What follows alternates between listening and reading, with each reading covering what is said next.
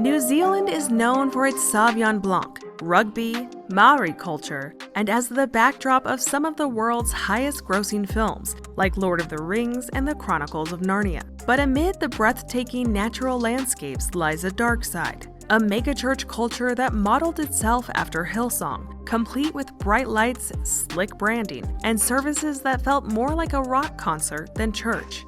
It was called Arise Church and drew in over 10,000 members across New Zealand. Arise even started its own ministry academy, a school for tomorrow's church leaders. Its founders, John and Gillian Cameron, became so wealthy that they amassed quite the real estate portfolio.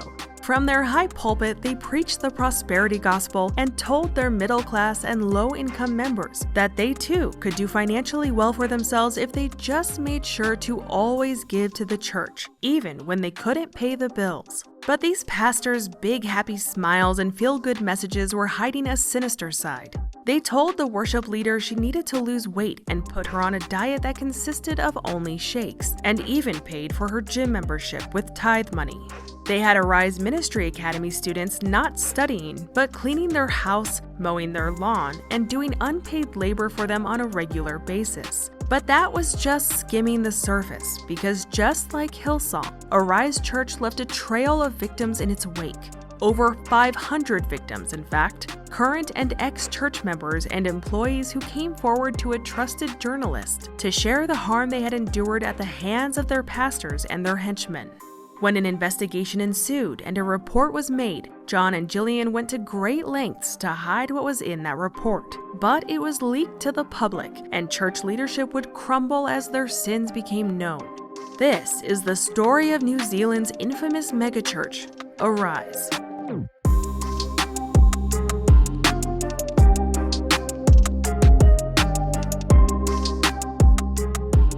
Before we begin, please allow for a quick word from the sponsor of this video, Cookie Jam. After a long day of researching stories and editing videos, playing Cookie Jam helps me unwind in a fun and relaxing way.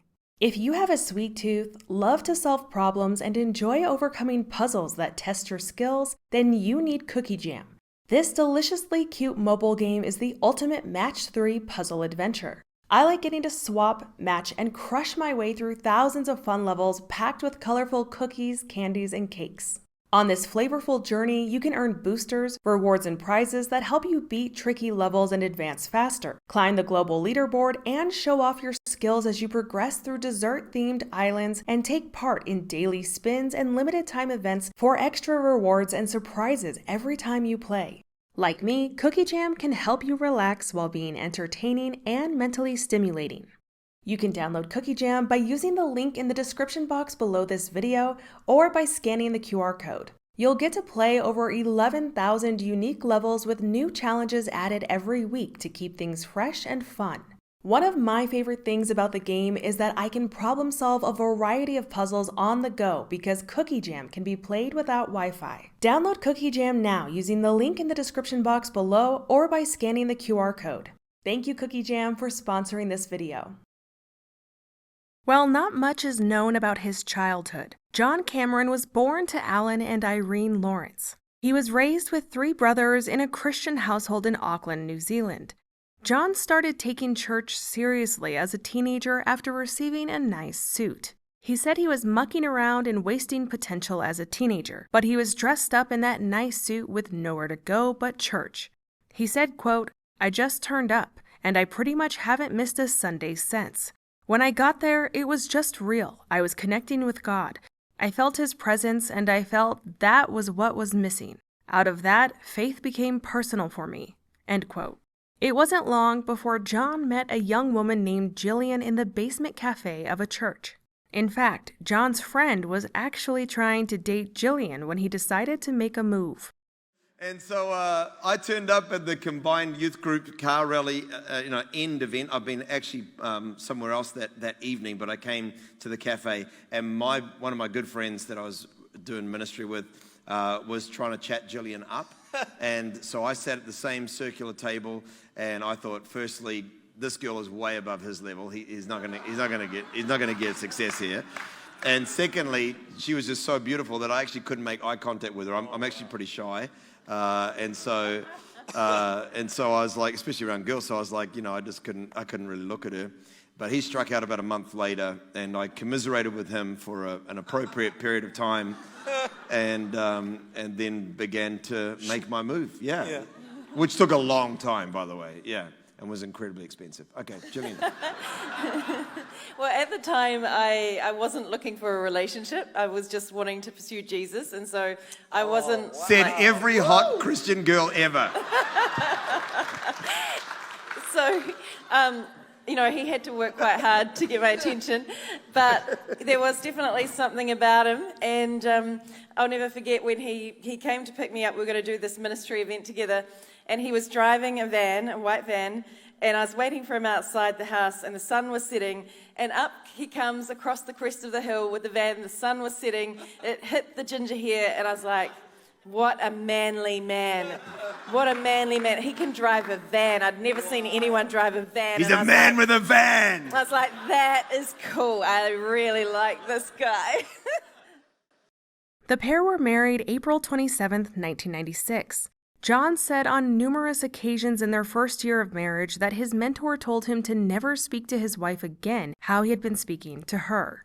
John claimed he was appreciative of this advice and changed his ways. Gillian said that money was a huge source of conflict for them early in their marriage. Eventually, they had 2 children, a boy and a girl.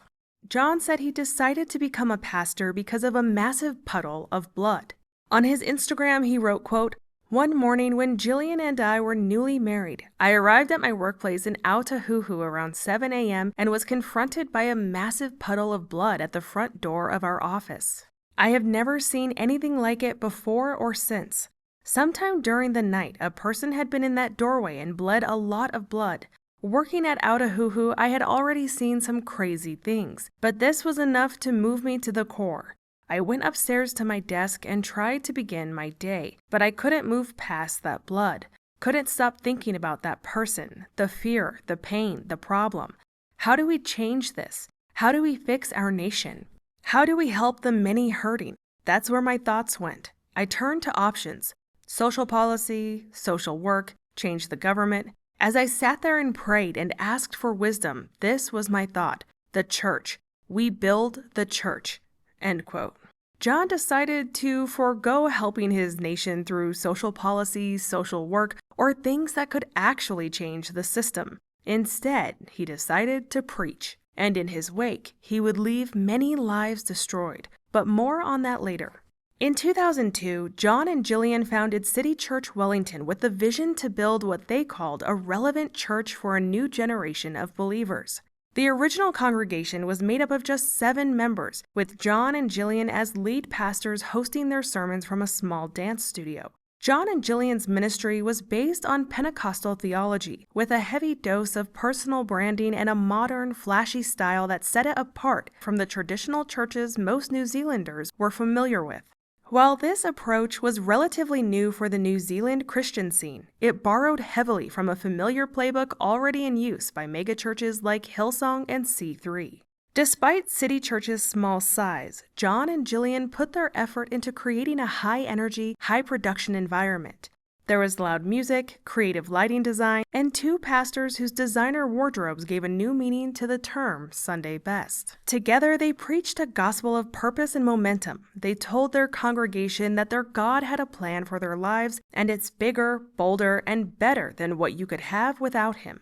Alongside the concert lights and slick videos, their words were filled with catchphrases and leadership buzzwords like level up, step into your calling, and run with the vision. Their approach to attracting a new generation of believers worked quickly. Young people flocked to the services, drawn in by the energy, the sense of belonging, and the promise that their lives could be part of something bigger. Many of them never realized until it was too late that something bigger was merely a machine, not to serve their deity, but to serve John and Gillian. And like any good machine, it ran on output. Serving and giving was not simply encouraged as part of dutiful servitude to the Lord. It was a minimum expectation. Give more, do more, be more. Being a member of City Church meant your time, your energy, and your finances belonged to the church. To give context to the religious landscape in New Zealand, as of the 2018 census, less than half of New Zealanders identify as Christian, and nearly 49% of residents in New Zealand state they have no religion at all. In Wellington, liberal culture is particularly strong, and it is known as a creative and politically progressive city. It isn't the kind of place where large, performative churches typically thrive, and yet thrive it did. As the church expanded, John appointed himself chair of the board, with Gillian and his brother Brent taking up senior positions alongside him. In the mid-2000s, the trio renamed City Church to Arise Church to signify the start of their expansion out of Wellington. They established new campuses across the country, with new members signing up and signing over their hard-earned cash in numbers not seen before in New Zealand. By 2015, the church had the funds and congregation to support the construction of their flagship building in Hutt Valley, just outside of Wellington. The 1,200-seat auditorium and 5,000-square-foot foyer made up just half of the building, alongside 12,000 square feet of office space and another wing devoted to meeting rooms.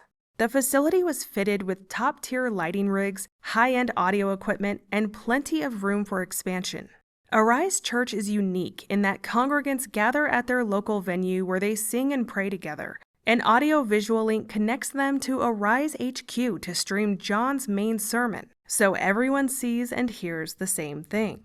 The doors to Arise in Wellington had barely opened when the church began construction on another major build. In 2022, they opened the doors to a 450-seat auditorium in the Whangarei region of Northland. By then, Arise Church had 13 campuses across New Zealand and boasted a congregation of more than 10,000 weekly attendees, making it one of the largest churches in New Zealand. And with their success came funds, lots of them. To entice followers to give generously, John leaned into familiar Pentecostal prosperity tropes, like sowing and reaping, planting financial seeds, and unlocking breakthroughs via generosity. Giving was pitched as an investment in the future and in heavenly rewards, even for those struggling financially. Like similar Pentecostal megachurch leaders, John wasn't shy about calling out specific giving targets from the pulpit. He regularly said things like, "I believe God is telling 10 people here to give $10,000. Members were not only expected to give 10% of their income, but also 10% of what John called increases. This could refer to money people received as gifts, an inheritance, and even profit from the sale of their homes. Even students receiving a government allowance to support their studies were expected to give 10% of everything they received. In 2016 alone, the church reported donations of 5.8 million New Zealand dollars, or 3.9 million USD. That figure would only grow in the years to come, along with the church's influence, brand, and property portfolio. John and Gillian's bank accounts also grew. As the tithes continued to flow in, the couple amassed 6 homes worth over 3.6 million USD. John's brother Brent, who was also on the board, purchased 2 properties totaling nearly 2 million USD. In one of John's sermons, he said, quote, "God's will for your finances is that you will have enough for what you need and more than enough to help others. God did not intend for you to have a mansion, but God hates poverty. We judge people who have money. It could be they are more faithful than us and further along the journey." End quote.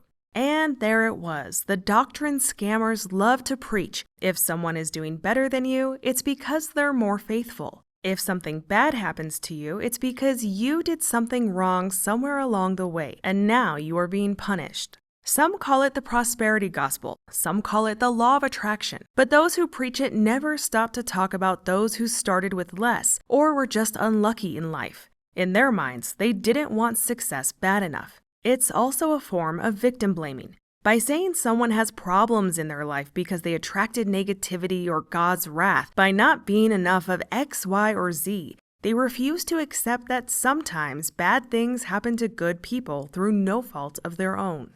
While John and Gillian gained riches, they also started rubbing elbows with the Christian elite, as shown in John's Instagram post from 2018, where he thanked Marcus Lamb of Daystar for a fun outing of golf. He then thanked both Marcus and Joni Lamb for having him appear on the Marcus and Joni show. Some of you may remember the 3-part docuseries I did on the Lambs and the scandal at Daystar, the second biggest Christian TV network in the world.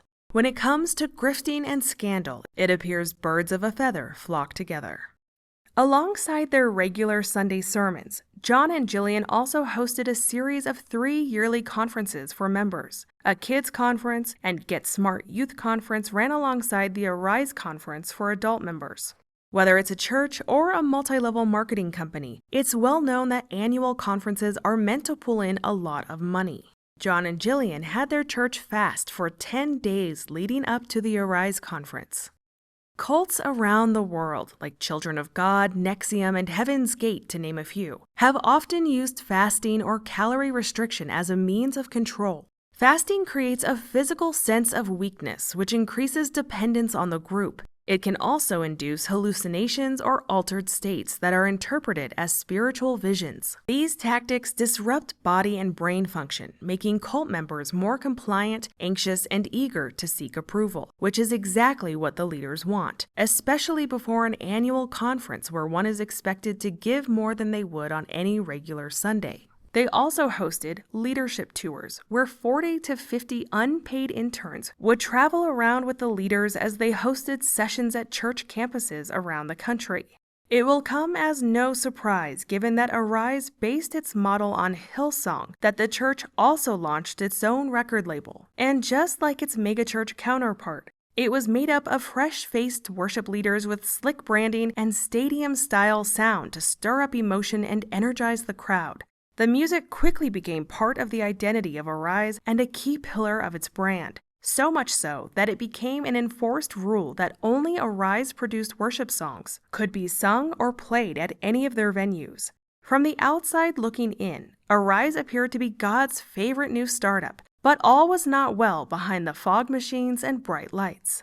On April 3rd of 2022, New Zealand journalist David Ferrier published a story on his platform, Webworm, that would unravel one of the biggest megachurches in New Zealand's history.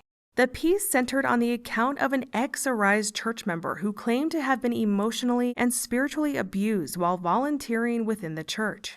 The victim decided to reach out to David after David had reported on the very public breakup between Hillsong and Brian Houston earlier in the year. The ex-Arise member spoke out after realizing that they had experienced the same patterns of control, guilt, and burnout that had been emerging in churches across the globe. What started as one personal story quickly ignited something much bigger. Within 48 hours of that first Webworm post, David's inbox was flooded. Dozens of former Arise interns, staff members, and volunteers began sharing similar accounts of being overworked, underpaid, or not paid at all, and of a culture that demanded absolute loyalty while dodging accountability for what was going on under their own consecrated roofs. Many of those who reached out spoke of feeling trapped in a culture where questioning leadership was considered rebellion against God. 18-year-olds fresh out of high school were made to feel as though their salvation hinged on how many hours they volunteered, or how much they gave the church in tithes. Women were made to feel that they were less capable, less spiritual, and less called, unless they played the part of the perfectly supportive, humble, and submissive wife. Over the next few days, David's platform Webworm became the unofficial whistleblower's hub for all things Arise. More interns came forward with accounts of scrubbing pastors' homes and detailing their cars as part of a twisted way to earn their place in the upper echelons of the ministry. Many of those who came forward were unpaid volunteers who spent 50 to 60 hours every week at the church, while working 2 other jobs just to afford rent and food. Even current church members shared that they were constantly pressured about maintaining a certain appearance, especially when it came to their weight. They were told that if they wanted to be seen on stage, they needed to look the part. After all, if they couldn't dedicate themselves to a restrictive diet, then how could they dedicate themselves to God? Even more members came forward with stories about essays which were covered up by church leadership. Then there were the countless claims of physical, psychological, and emotional abuse and manipulation leading to self-harm and thoughts of unaliving oneself. And that's not to mention the extreme pressure to tithe and an expectation of absolute loyalty to the church. As the views on Webworm's Arise expose started to climb, so too did the pressure on the church to address the allegations. Less than 24 hours after the story went live, it was covered on New Zealand's main 6 p.m. news broadcast. By the next day, the church had shut down their social media, removed staff details from their website, and hired a crisis PR agency. Initially, even with a PR agency on board, Arise Church refused to make any comment. But after more than a week of public pressure and growing outrage, church leadership reluctantly announced it would commission an independent review into the serious allegations posted on Webworm. They made a statement that said, quote, "We are going to listen and learn. We are open for dialogue and will be making the organizational changes recommended." End quote.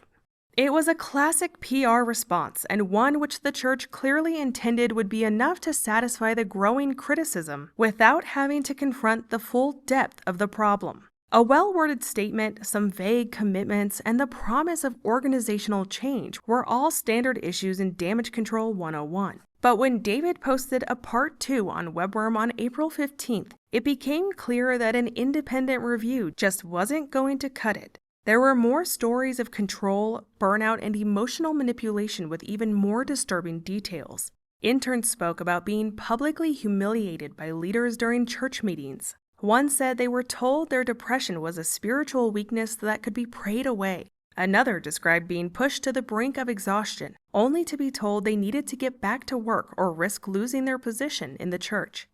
So my son comes home from school. This is like 3 years ago.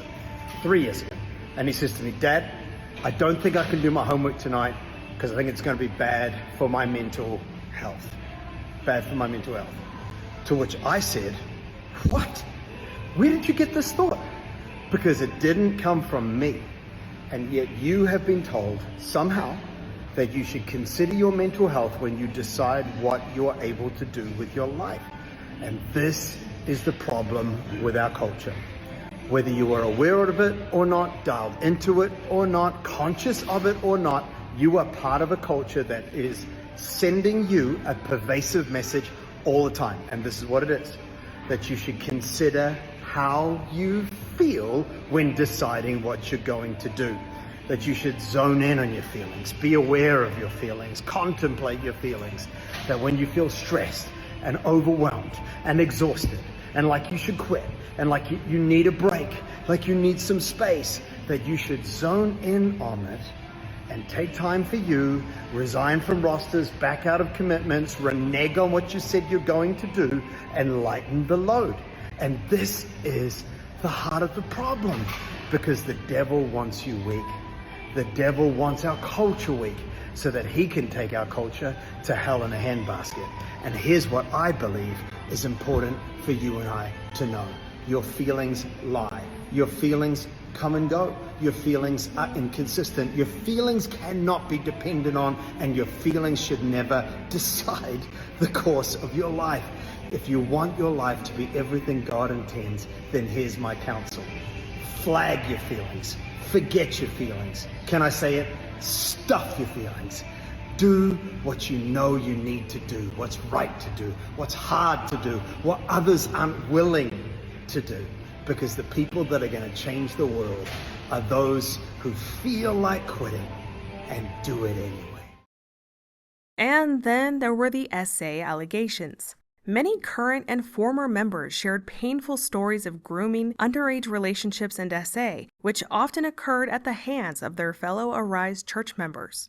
When the victims came forward to share what happened, they felt judged, disbelieved, and blamed. Even worse, their stories were shared between church members and they became the targets of ridicule and gossip. This practice is referred to as uplining. While Arise might not be considered a multi-level marketing company, its structure certainly reflects one. It was common church practice at Arise to tell your superior about any information relevant to them or a member. That person would then tell their superior, who would tell their superior, and so on. While this practice might not initially ring alarm bells, in the context of Arise, it enabled private information to be distributed much wider than necessary and not for the purpose it was given in the first place.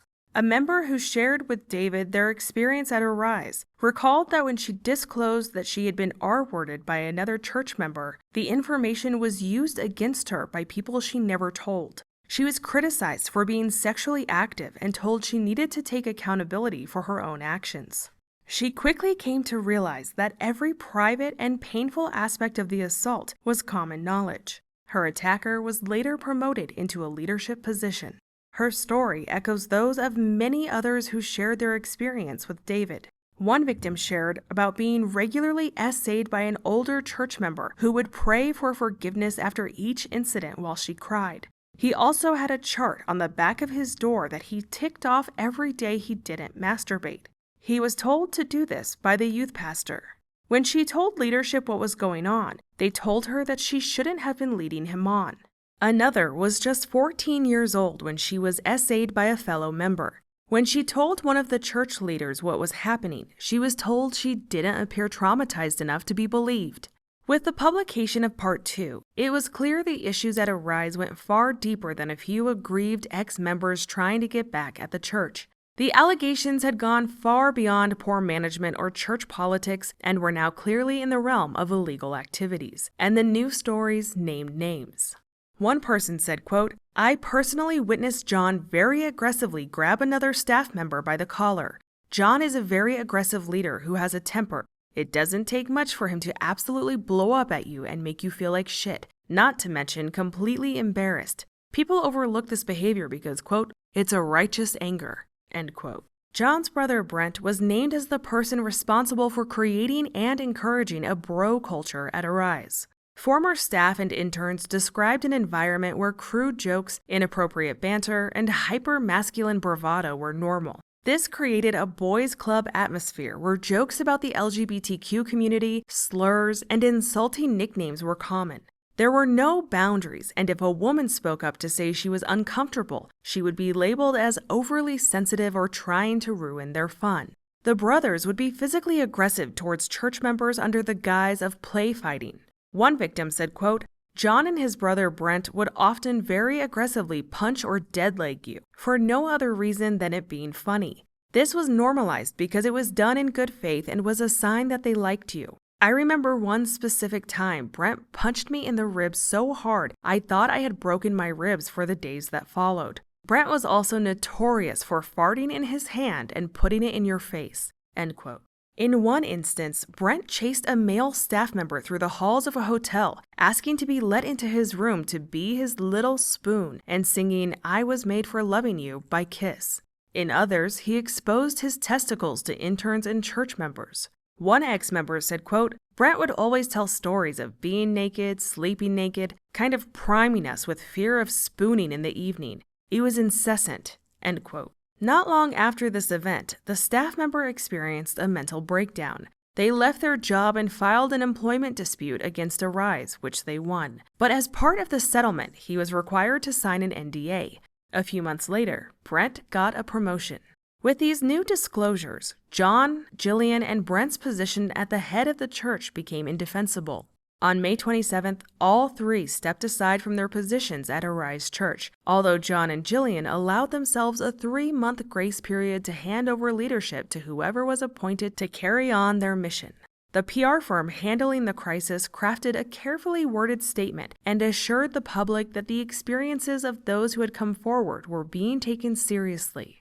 Removing John, Gillian, and Brent alongside commissioning an independent review was intended to show transparency and a commitment to change. But to many watching the story unfold, the announcements felt more like damage control. Right from the outset, there were questions about how truly independent the review process would be. The investigation was run by Pathfinding, which is a Christian consultancy group based in New Zealand. Under New Zealand law, external fact-finding investigations must be carried out by a licensed private investigator or a qualified person such as a lawyer. The pathfinding report was instead carried out by a counselor. Pathfinding promised that every current and ex-member would have the opportunity to contribute to the review without fear of retribution. They also made assurances that their findings would be made public. People were invited to take part in the review via email or by calling a toll-free number. By the time the call for submissions closed on May 27th of 2022, 545 written submissions had been received.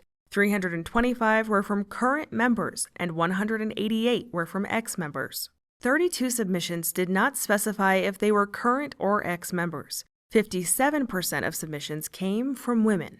On June 12th, Arise Church announced that the review was complete and the findings would be released only 2 weeks later. In this statement, they reaffirmed that the process was designed to be transparent and that those who had been hurt would find a pathway to healing and reconciliation. But 2 days before their self-imposed deadline, Arise announced it would be at least 2 more weeks before they released the report publicly. What they didn't say was that the 2-week delay was to give them time to file a non-publication order so that the contents of the report couldn't be released publicly. They explained that it wasn't so much that they didn't want to share the details, it was that the report had brought up an employment matter which they needed to address first. And once again, they stated that they cared about the people who contributed to the report and they were committed to changing their ways. They gave no indication as to when the report might be made public. Despite Arise's public commitment to transparency and accountability, and its promise to listen and learn, it was clear they were going to use the law to cover themselves and avoid confronting the truth of what their leaders had created, encouraged, and enabled to thrive. Which is where David and Webworm re-enter the story. Someone had leaked the report to him. On August 16th, after taking legal advice, David posted the entire report on Webworm. Finally, all of those affected by Arise could see exactly what the church was trying to hide. This time, no amount of spin or promises to care and change could drown out the truth. What it contained was a picture of an organization where many had experienced significant harm, and not just in the distant past. Harmful practices were still occurring right up until the time of the review. Pathfinding concluded that the submissions demonstrated a clear and urgent need for significant structural and cultural change within Arise. And most importantly, the problems were systemic and woven into the way the church operated and how it treated people. The report was broken up into 15 sections covering issues about racism, physical and sexual violence, leadership, and health and safety, to name a few. The first finding related to members' experiences of racism. Some reported that they felt they had to leave their culture at the door. At a leadership level, there was minimal representation of anyone other than Europeans, despite New Zealand having a rich multicultural society. Some members commented that they were told they belonged at a different church based on their ethnicity. Another member said leaders told him during church outreach programs where they were trying to focus on recruiting to, quote, focus on the white kids. The second theme of the report's findings were related to a considerable number of SA allegations which mirrored those originally shared with David. The pathfinding report noted there was no evidence that Arise had reported the incidents to the police or taken any action to address the allegations with the perpetrators. The third section of the report looked into the allegations of bullying and physical assault. Like the SA and racism claims, they heard from hundreds of current and ex-members who had experienced being the target of verbal, psychological, and physical abuse. Many were given derogatory nicknames, yelled at, pushed around, or coerced into illegal behavior like dangerous driving. This was far worse for those that the church deemed the less desirable faces of their ministry. Members with mental health issues were excluded from events, and other members were told to stay away from them as they were a negative influence. Women in particular were excluded from leadership opportunities within the church, especially if they were older, unmarried, or a single parent. The fifth section of the report was about church finances. Many submissions expressed concern about how their contributions to the church were used to fund extravagant purchases for the enjoyment of senior church members. There were allegations that John and Gillian used tithes to pay for their family expenses, clothing, and gardening at their properties. At the time, John and Gillian lived in an upscale home in an affluent suburb. According to multiple submissions in the pathfinding report, their lifestyle was heavily subsidized by the church. One report submission read, quote, I worked on John Cameron's garden on several occasions, trimming his hedges, digging holes, seeding his grass, and mowing his lawns, all while he was inside the house, quote, working on his Sunday message, end quote. The submission went on to say that all of their work was done without pay because John told them that God would see the sacrifice they were making. They also shared that there was a lot of pressure to give to the church, even if they were struggling financially themselves. When they expressed concern to church leadership, they were told that personal hardship was no excuse not to give, even if it meant getting themselves into debt. If they didn't give as much as they had been told to, the leaders would tell each other and they would become targets for ridicule. There were also stories of children under the age of 18 being pressured to tithe, especially if their parents weren't members. Many of the issues identified in the report related to the difficulties members had when they were volunteering or working in paid employment by Arise. There were endless stories of burnout and exhaustion, many of which continued to impact people for months or years after they left the church. Others shared that they were made to work even when they were sick or had experienced a serious injury. One person had a severe concussion and others had broken bones, but they weren't allowed to call in sick, even if they weren't being paid. Others shared how they were forced to drive all night without sleep or operate machinery after a 17-hour workday at the church. A significant number of these stories were from members of Arise Church's ministry school. On paper, the Arise Ministry School, which was later rebranded as Arise Ministry Academy, sounded like a dream for any young Christian wanting to serve their God and build a life of faith. It was marketed as a space to equip, empower, and release future leaders by combining theological education with practical ministry experiences. But attendees found it to be less like a spiritual boot camp and more like a free labor pool for the church's most mundane tasks. Rather than spending their time learning about Christ, they were more likely to be vacuuming the pastor's house, scrubbing their car, mowing their lawn, or even babysitting their kids, giving new meaning to the term servant leadership. The stories from these interns echoed those who volunteered or worked for the church's other departments: exhaustion, burnout, and being forced to work long hours. And for most interns, the financial situation was even worse than their peers who volunteered, as they had to pay the church for the privilege of attending ministry school. An ex-intern who shared their story with David Ferrier wrote, quote, "As an intern, you come into the office 4 days a week and work within a specific area of the church, like youth services or conference planning. You're also expected to lead a life group, running a small group gathering each week and carrying the emotional load of about 10 people, as well as attending a different life group for your own spiritual health. These usually go until about 9 p.m., so by the end of them, you've had a 12-plus hour workday. Another night of the week will often be some kind of team meeting, which you'll be helping to set up and pack down, again finishing around 9 p.m. So that leaves you with 1 or 2 weeknights free. But you'll probably be working because you're doing all that internship stuff unpaid. Well, actually, you pay to be a part of the program." End quote. The general feeling amongst volunteers, interns, and employees was that they had to be available 24/7, no matter what was going on in their lives. One former intern said, quote, "I attended Arise in Wellington from 2007 before signing up for their internship in 2012. I spent the next 5 years as an intern/staff member in the creative team before physically burning out in my 20s. It took me 2 years to recover." End quote.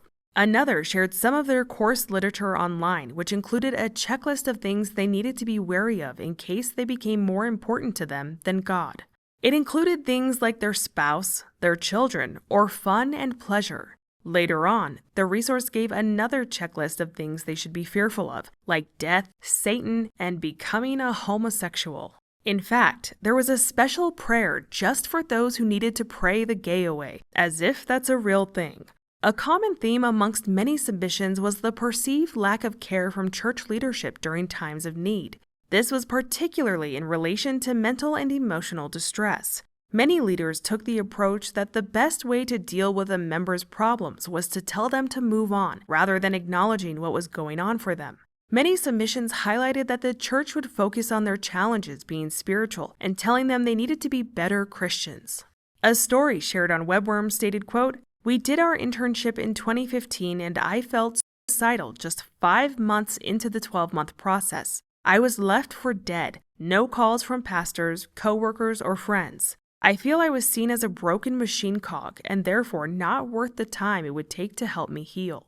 This is ignoring that the ultimate trigger for the mental health decline was in fact the church." End quote. The report also highlighted the church's lack of governance and oversight from the highest levels of leadership right down to the front line. There were no formal feedback channels for members to raise concerns, and little transparency in decision-making processes. Many members shared that people were given paid positions and promotions based on who they knew, how much they gave financially, and how loyal they were to protecting those at the top of the structure. Several submissions focused on the church's obsession with how people looked. Members spoke of being told to lose weight, buy nicer clothes, and wear makeup. One ex-member wrote, quote, "John cares very much about image, clothes, body shape, and youth. He wants people on stage or featured in marketing material to be trendy, young, good-looking. About 10 years ago, John met with me to speak to me about my clothing style and weight, which was healthy, by the way. As I was the lead worship leader at Arise, John felt I would have more influence and make a greater impact for God if I lost some weight and dressed better. He even said he felt like he and Gillian should pay for me to embark on a shakes diet." A couple of years after this, John said he felt God told him the church should pay for a gym membership for me. I met with John in 2016 to let him know the emotional damage that had been done from his asking and implying I lose weight and shrink my already healthy body. I mentioned I had, like many women, struggled with body image and disordered eating throughout my teens and 20s. He offered no apology and just said if he had known of my struggles with body image, he wouldn't have said anything in the first place. On 3 separate occasions, right before the annual Arise conference, John gave me money from Arise to purchase new clothes so I looked the part on stage. End quote. Others spoke of being uncomfortable with political views being woven into church sermons. A person who shared their experience online wrote how John urged the congregation from the pulpit to stand up for family values by opposing New Zealand's marriage equality bill. And when this member vocalized some pro-choice views to others in the congregation, they were firmly told to keep that to themselves. Each section of the report came with specific recommendations related to each topic. For racism and SA, the reviewers recommended training church leadership on these issues and creating policies that detail the expectations of church members, as well as how victims would be supported when they came forward. In the finance section, a complete financial review of all church expenditure was recommended, as well as a commitment to sharing detailed statements on the church's website. But when it came to suggest a way forward past the lack of leadership and governance, there was one recommendation which gave some insight into why the church spent so much time and effort trying to cover up the report. The recommendation was that the entire Arise church board resign, including John, Gillian, Brent, and all of their henchmen. But it didn't stop there. The report also stated that these people should never be allowed to hold a leadership position in the church in the future.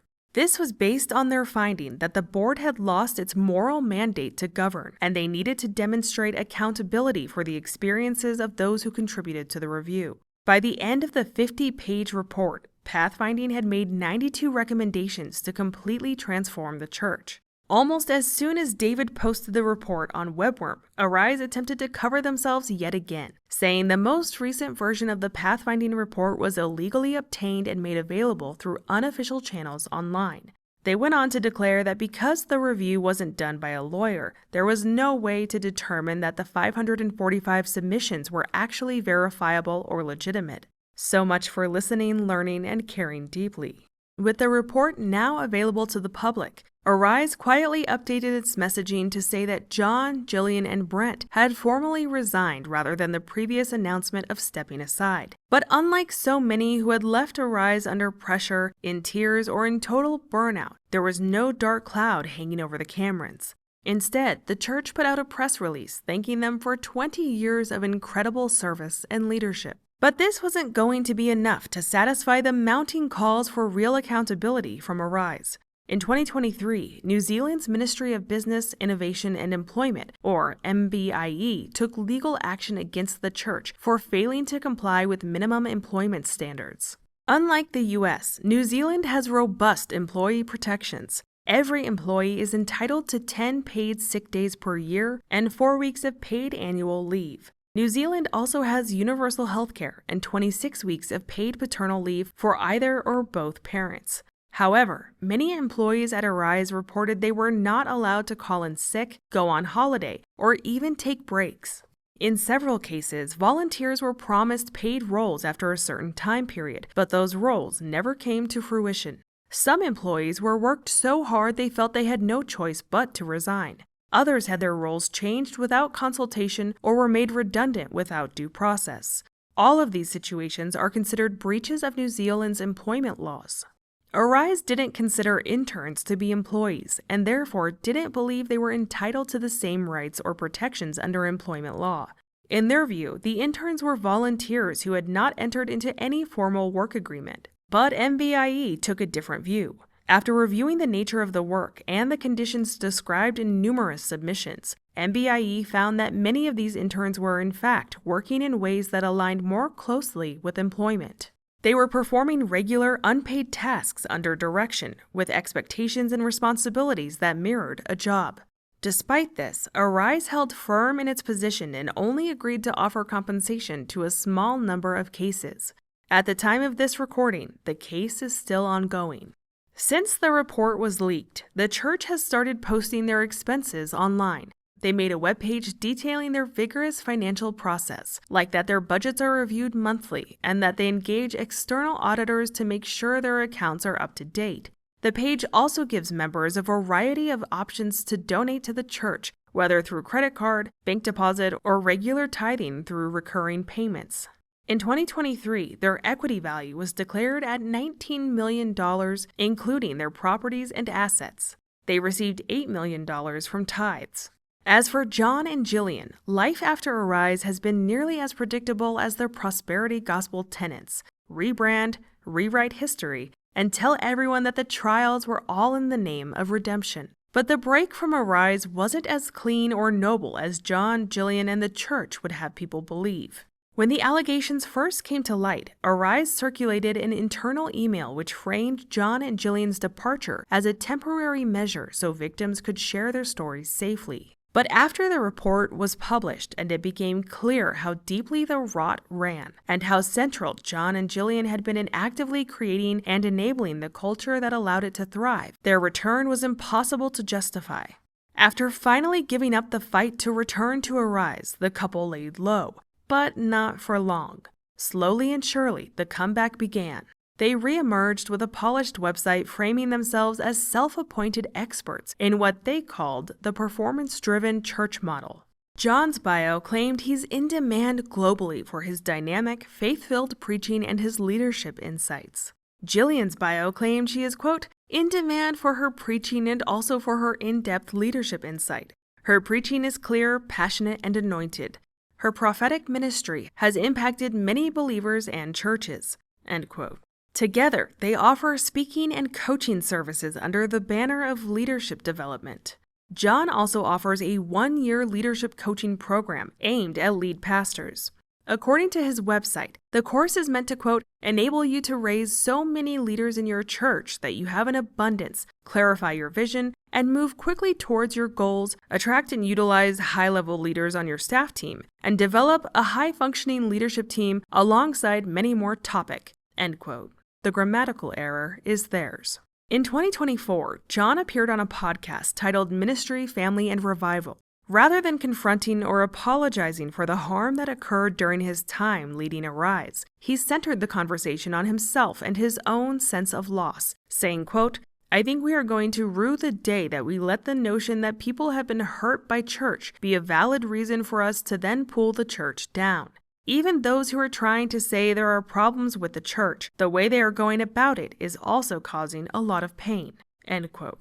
As for Gillian, her post-Arise life has included publishing a book titled The Leader's Table, which she describes as a tool for unlocking the power of relational discipleship. It appears that both of them miss sitting at the leader's table. In May of 2025, John posted a photo on Instagram alongside another fallen church leader, disgraced former Hillsong founder Brian Houston. Two men whose empires crumbled under the weight of their own massive egos and toxic cultures, now united in what is sadly a common ritual for disgraced megachurch pastors. In certain corners of Christian celebrity, downfall is just a detour on the way to a comeback. At the time of this recording, John, Gillian, and Brent have never apologized for their roles in the harm they caused at the church they started. This has been the story of New Zealand's infamous megachurch, Arise.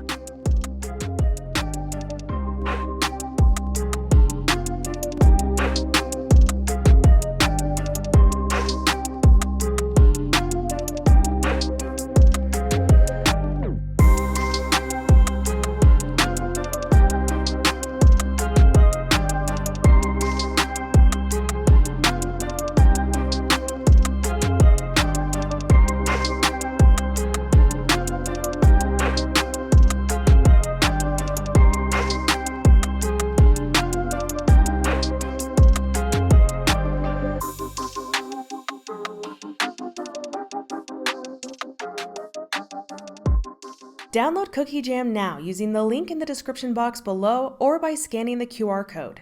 Thank you, Cookie Jam, for sponsoring this video.